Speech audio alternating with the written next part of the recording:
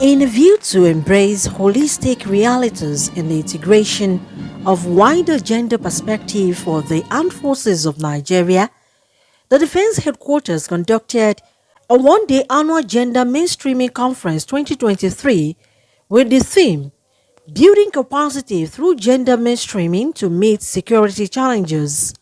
The Armed Forces of Nigeria, under the command of General Christopher Gwambe Musa, the Chief of Defense Staff, has remained focused in championing gender-based doctrinal policies, both in its operations and other engagements. This was carefully chosen with a view to embracing holistic realities in the integration of wider gender perspective for the Armed Forces of Nigeria.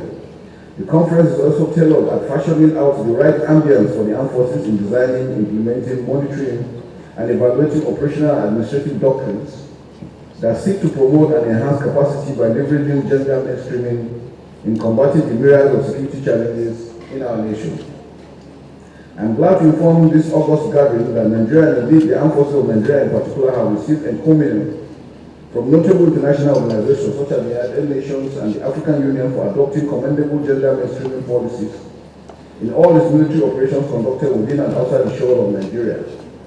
As available records reveal that the Armed Forces of Nigeria have been able to attain 27.9% female participation in peacekeeping operations, surpassing the 17% recommended benchmark by the United Nations.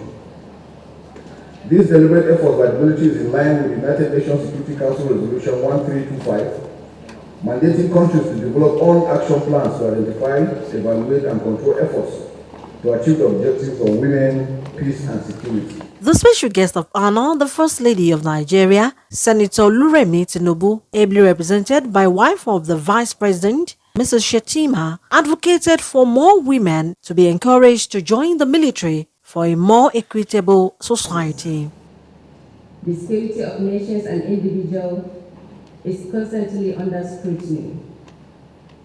Addressing these challenges effectively requires innovative and comprehensive approaches, and gender mainstreaming stands as a powerful tool in our arsenal. Gender mainstreaming is now much more than rhetoric and a policy agenda. It is a fundamental shift in the way we perceive and address security challenges.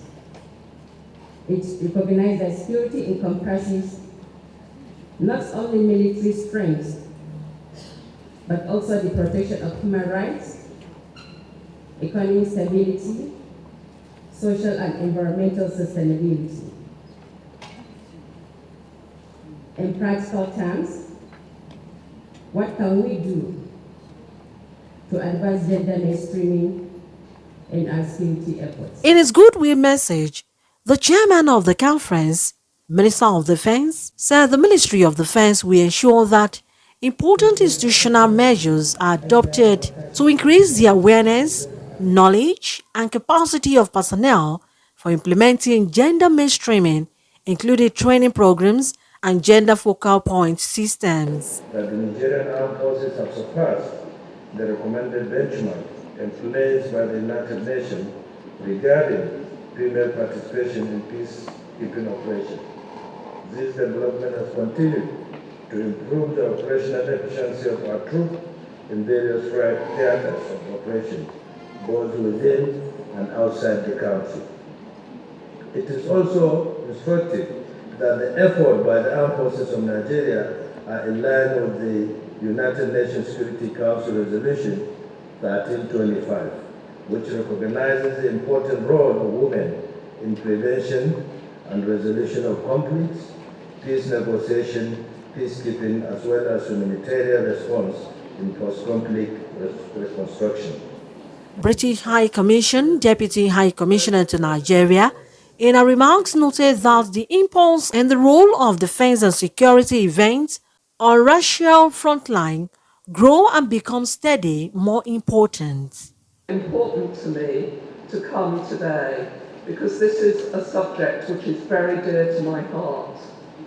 And as you will see, we are working jointly with CDS on this conference, sharing a priority on the role of women in defence and security.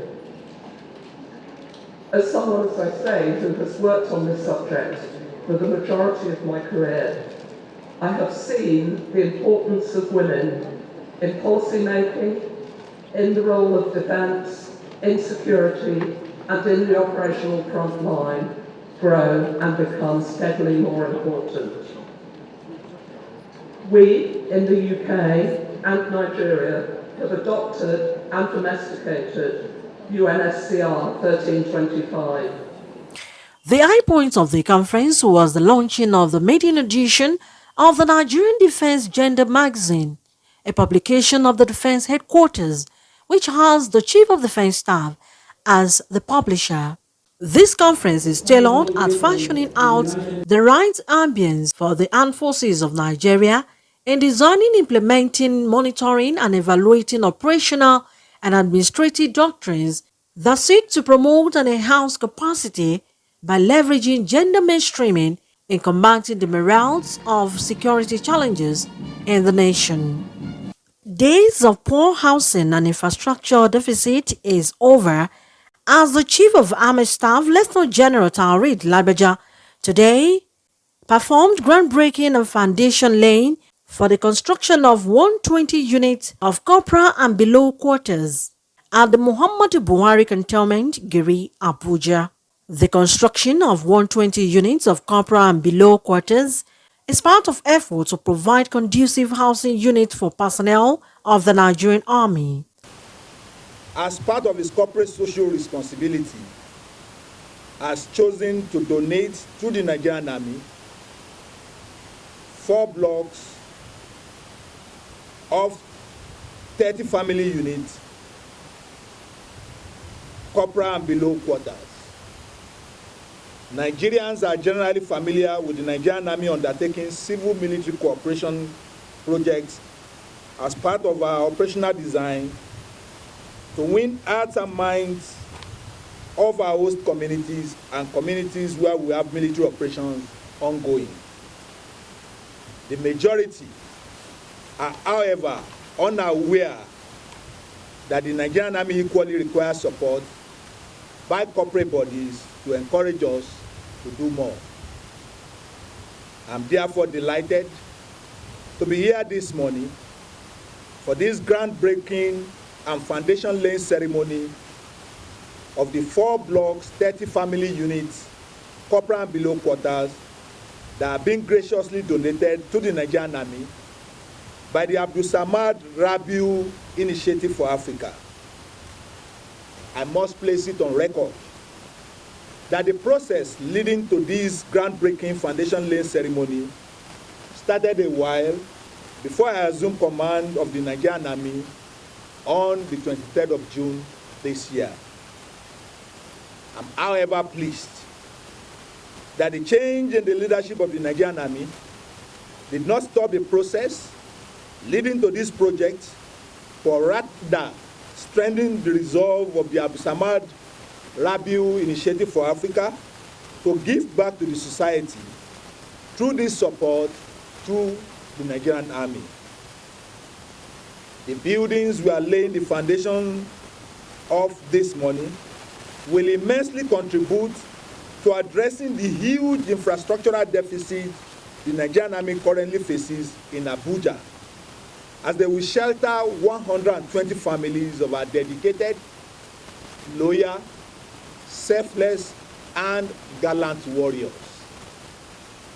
The Nigerian Army, under my leadership, will continue to give utmost priority to the welfare of its personnel.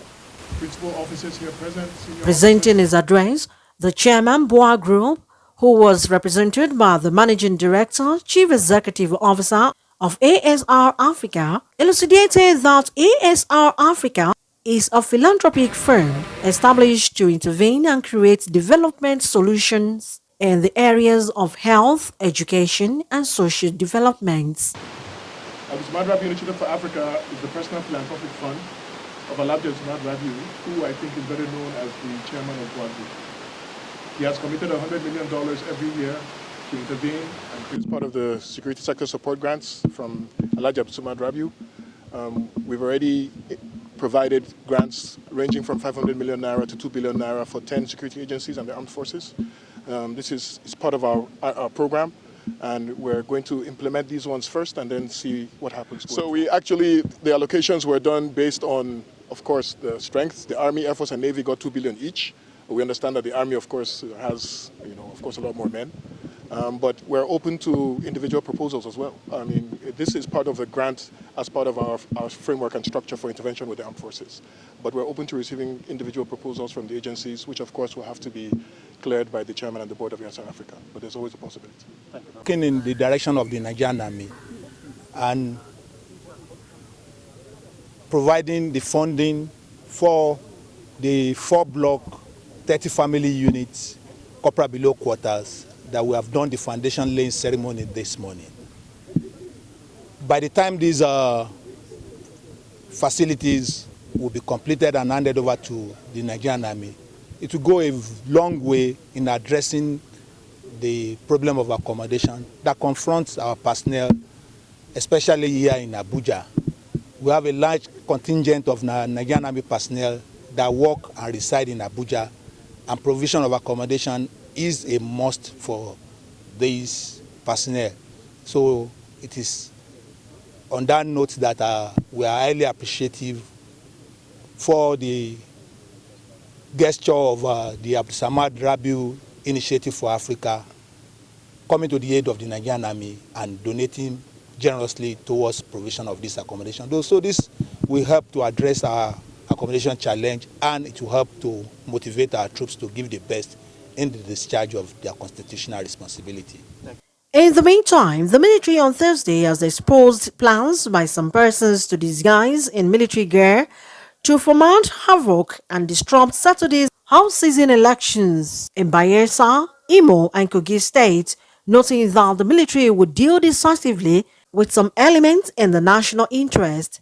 Director, Defense Media Operations, revealed this while briefing defense correspondents on the activities of the troops of the armed forces of Nigeria and other security forces in the various theaters of operations across the 6 geopolitical zones of the country. And Kogi State this weekend. Election is serious business, and the military is giving it the seriousness that it deserves. So much is being put in place. Troops, platforms are being moved to those locations to reinforce security that is already in place in those states. We are aware of plans of some to disguise in military uniform in order to create problems during the elections. I say to them, beware of the injurious consequences of that plan. As for distinguishing between the real soldiers and the fake ones, should that arise, the journalists in those various locations, states, will be properly updated. For security reasons, I cannot say it here. Now, here's what I will say to what appears like resurgence of operations in the Northeast that you mentioned. No, there's no resurgence. We are taking the fight to them. We are rooting them out. And from what I have shown you today, you can see the kind of destruction that is being meted to them. What they do is look for soft targets, create some form of insecurity so that it will make sensations in the media. But I've shown you what we are doing to them, and you can acknowledge that we are really destroying and dismantling them out there in the Giving field updates and on the various troops theaters. operations of the Thank you last very 1 much. week, General Buwa said it resulted in 113 neutralized terrorists, with 300 of them arrested. Troops also arrested 25 perpetrators of oil thefts and rescued 91 kidnapped hostages. I briefed on it towards peace and security in the country. It is for this reason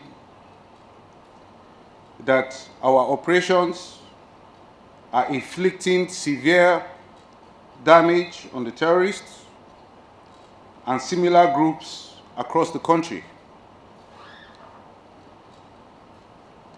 We are targeting their leadership, infrastructure, and foot soldiers, and have been very successful at it. The coordination between the air and ground forces is like never seen before and is yielding remarkable results and achievements.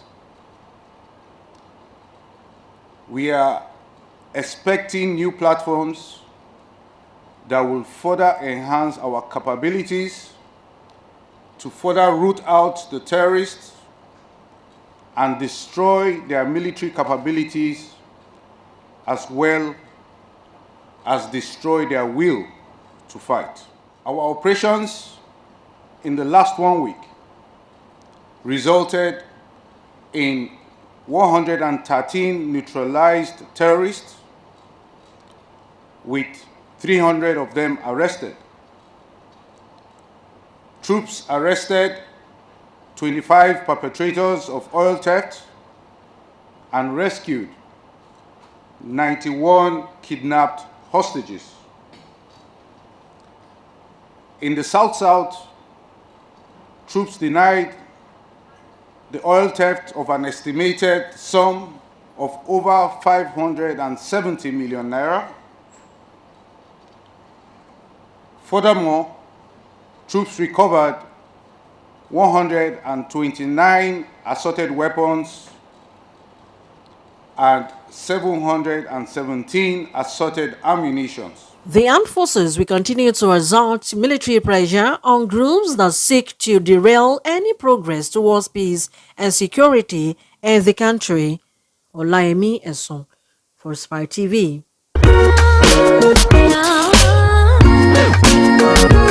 I got